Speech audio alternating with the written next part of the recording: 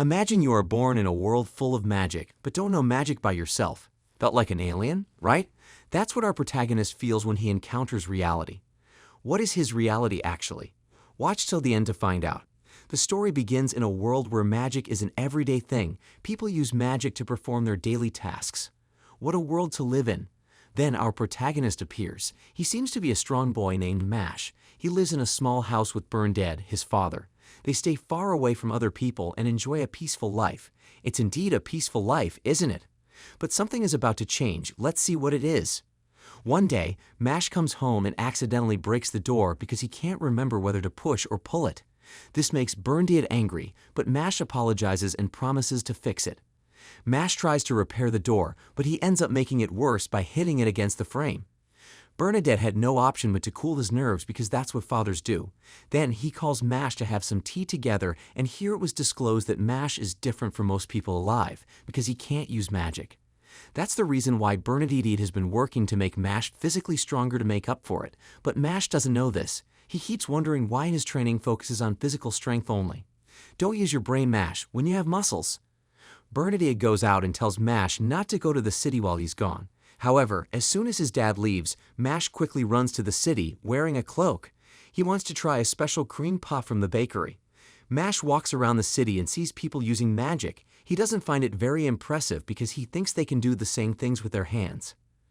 Mash finally arrives at the bakery and gets excited when he orders some cream puffs. However, when he pays, he accidentally clenches his fist too tightly, bending the coins. The baker is surprised because the coins shouldn't bend so easily. Mash fixes them, straightening them back to their original shape, which amazes the baker. After a while, Mash gets his food, but a gust of wind blows, revealing his face to the public. Everyone is surprised because he doesn't have any marks on his face. He has flawless skin peeps. What's the big deal in it? Meanwhile, there's an officer named Brad at the police station. He's reading a newspaper that talks about this year's Divine Visionary. It's a title given to the best student at the Magic Academy, and it comes with lots of promotions and rewards. Just then, the phone rings, and he's told about a man in the city with no marks on his face. As Mash walks around the streets, he's wondering why everyone is staring at him. But he keeps eating his cream puffs. He accidentally bumps into a drunk officer named Terry, getting some cream on Terry's uniform. This upsets Terry, and he knocks the food out of Mash's hands. However, Mash means well, and he tears the officer's uniform, intending to wash it for him. At that moment, Brad arrives and asks Terry why he's undressed. Brad also notices Mash and thinks he might be the man mentioned in the report. So he approaches Mash, but Burndead shows up, grabs his son, and runs away. Lucky son, I must say. As Brad summons a magical bird to follow them, Burndead scolds his son for going to the city despite the warning. Eventually, Burndead forgives Mash, but he makes him repeat his workout routine as punishment. As Mash leaves the house to train, Burndead believes Mash is a good kid and can't blame him for wanting to go to the city, as he has spent his whole life hiding in the forest.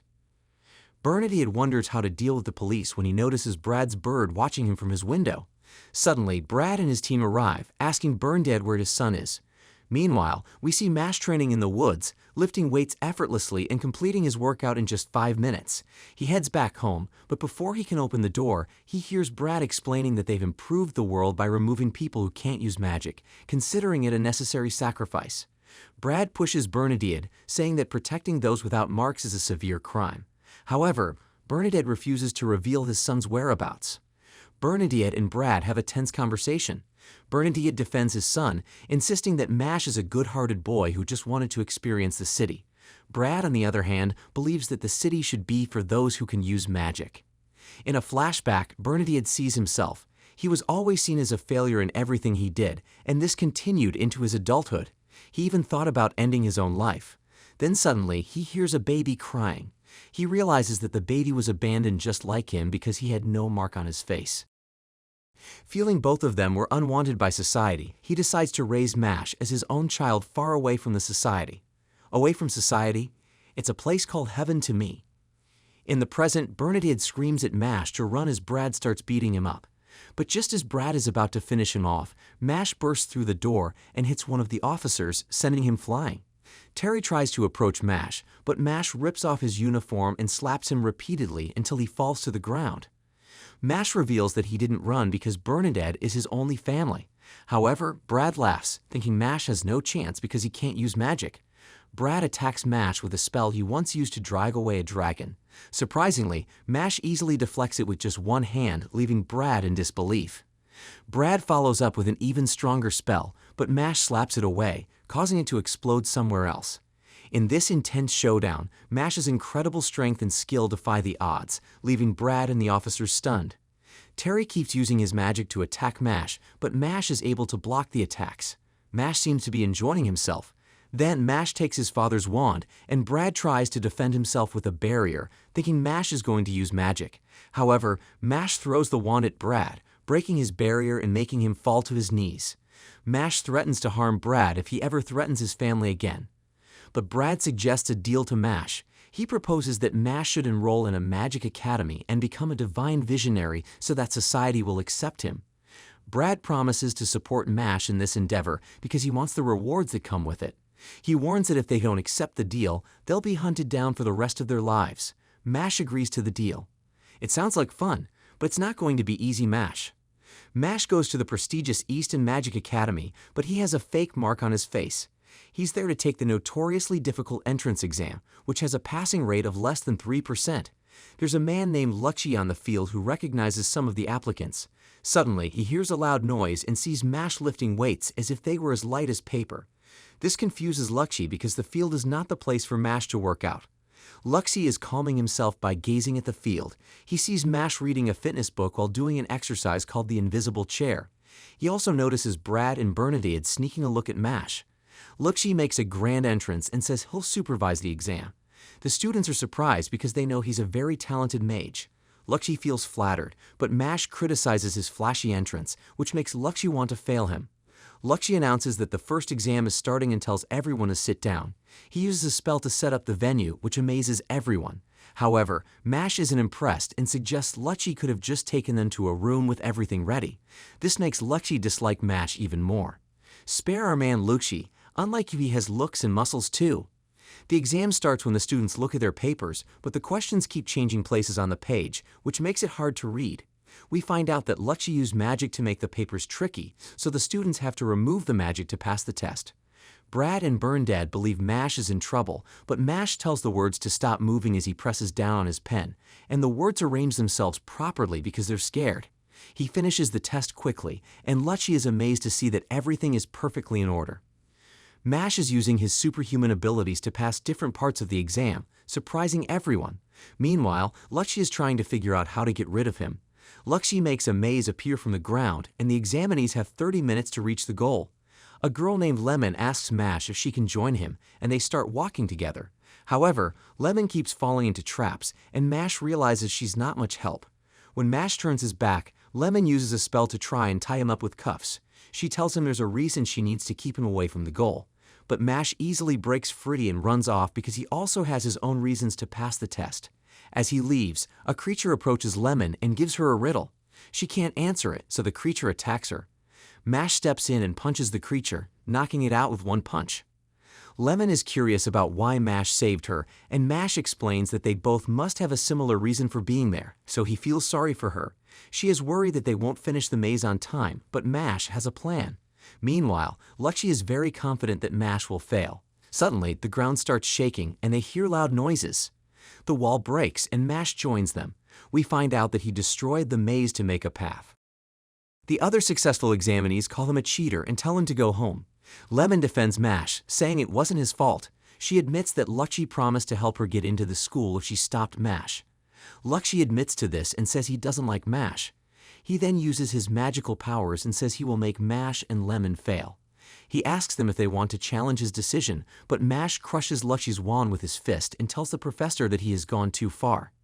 His fist is stronger than your wand, Lakshi. Beat that. At this moment, Headmaster Wahlberg arrives and tells them that the final interview is about to start. He also says he'll be the one asking the questions. Mash is the first person to be interviewed, so they take him to a room where school officials are waiting. They ask him some questions, and it seems like they don't like his answers. But then, Headmaster Wahlberg finds Mash interesting. He asks Mash why he saved the girl in the maze, even though he didn't have much time left. Mash tells him that he had a feeling he'd regret not saving her. Wahlberg realizes that Mash is the kind of person who acts before thinking. He mentions that there are creatures stronger than Mash and wonders if Mash would still act the same way if faced with one of those creatures. Wahlberg uses his magic to summon a big creature that threatens to harm a doll. This doll holds the soul of the person Mash cares about the most, Bernadette. Mash tries to stop the creature by punching it, but it doesn't work, and his hand starts bleeding. The school officials are surprised. Mash uses his hands to block the creature from reaching the doll, knowing that the creature will eventually disappear. Wahlberg notices that Mash is capable of protecting weaker individuals and keeping the strong in check. He then remembers the creature and brightens up the place, revealing that Mash was simply being tested. He welcomes Mash to the East and Magic Academy. Later, they sit together in class, where they are learning a basic spell to open locks. The teacher demonstrates it, but Mash surprises everyone by using his hands to break the lock, which makes the teacher angry because he didn't use magic. Mash explains that he's not skilled in using magic. The boy next to Mash, Finn, starts to see him as a troublemaker. After class, Finn looks for his dorm room, hoping Mash won't be his roommate. He locates the room, but the door is missing and he sees Mash holding onto it. This makes Finn realize that they will be sharing the room. They start getting to know each other, and Finn begins to think that Mash is just an ordinary guy. However, Mash suddenly introduces Finn to his muscles, which makes Finn think he's a bit strange. Finn explains how the grade in the academy works while Mash offers him a cream puff instead. Mash's never-ending love for cream puffs. Mash then asks Finn if he can borrow his broom for the next class because he mistakenly brought a giant plant root, thinking it was a broom. Finn gives permission. The very next day, the teacher starts teaching them how to fly using brooms. Mash attempts it, but his broom doesn't cooperate, leading a student to tease him, saying he's slowing down the class. Mash stomps his foot on the ground, and the broom automatically flies into his hand even before saying the spell. The student accuses him of cheating, claiming he didn't use magic. Suddenly, the teacher announces a race to see who can fly the fastest with their brooms. The guy challenges Mash to a race, and the loser has to obey the winner until they graduate. Mash agrees, and they prepare for the race, despite the instructor doubting Mash's ability to ride his broom. The race begins, and to everyone's surprise, Mash wins instantly, setting a new world record for speed. People are puzzled because they didn't see Mash move, but Finn witnessed Mash throw the broom forward and jump onto it while it was in midair. The student who accused Mash of cheating takes pity on him, but the guy continues to talk, and his mouth gets magically sealed by a student named Cavill, who enters the scene. Cavill apologizes for his friend's behavior, but everyone is concerned that Mash might become a target because they know Cavill is known for causing trouble. Cavill introduces himself to Mash, but Mash doesn't hear his name correctly and thinks it's Cabbage. This mistake makes everyone stop talking. Cavill is about to cast a spell, but the teacher interrupts and reminds them that they are in the middle of a class. So, Cavill tells Mash to meet him after the class, and he leaves as they all go back to their room.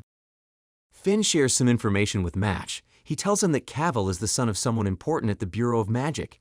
He also says that Mash could get expelled if he messes with Cavill because Cavill's family is close to the vice principal. Finn has seen other students suffer because of Cavill, so he understands why everyone is scared of him. While Mash is alone, he starts making cream puffs and enjoys the process. Meanwhile, Cavill is waiting for Mash at the field and gets upset when Mash doesn't show up. The next day, Mash takes out his book for the next class, but it's in really bad condition. Cavill approaches Mash and asks why he didn't show up yesterday. Mash apologizes, saying he was too busy making cream puffs, which seems to annoy Cavill. Cavill then asks Mash if he wants to become the Divine Visionary. He claims that he can help Mash achieve his goal by using his connection with the vice principal, but only if Mash agrees to follow his orders. Mash quickly agrees to this, and he becomes like a loyal follower to Cavill. He obeys every command as part of their agreement. Mash gets ready for his next class, but he realizes that his book on the subject is also in bad condition. Finn reluctantly agrees to share his book with Mash, and Mash feels fortunate to have a friend like Finn. Mash gives some water to Cavill, but Cavill spills it on the floor and tells Mash to clean it up. As Mash cleans the floor, it becomes clear that Cavill had instructed Finn to mess up Mash's books. However, Cavill gets bored and now wants Finn to burn Mash's clothes. Finn refuses to do as told, so Cavill uses his magic to force Finn down and hurt him. After a while, Mash shows up and asks Cavill what he's up to. Cavill says he just wants Finn to apologize, and Finn starts crying as he admits that he ruined Mash's books because Cavill told him to, and he's sorry for his actions. Cavill asks Mash if he wants to go for dinner with the vice principal, but Mash goes to him and hits his head against the floor, knocking him out quickly. Finn tells Mash that he might get kicked out of school, making him realize that he's in trouble. Suddenly, Vice Principal Farman arrives and says that Cavill's father asked him to take care of his son. Farman saw the whole incident and thinks it a violent attack on Cavill. He says he's going to have a meeting at school to talk about what just happened. He also says they are different from Cavill and even calls them names. While Farman keeps talking, Mash quickly approaches him and hits him in the face with his knee, shocking the others. Mash explains that since Farman won't listen to reason, it makes sense to fight him since he's already in trouble.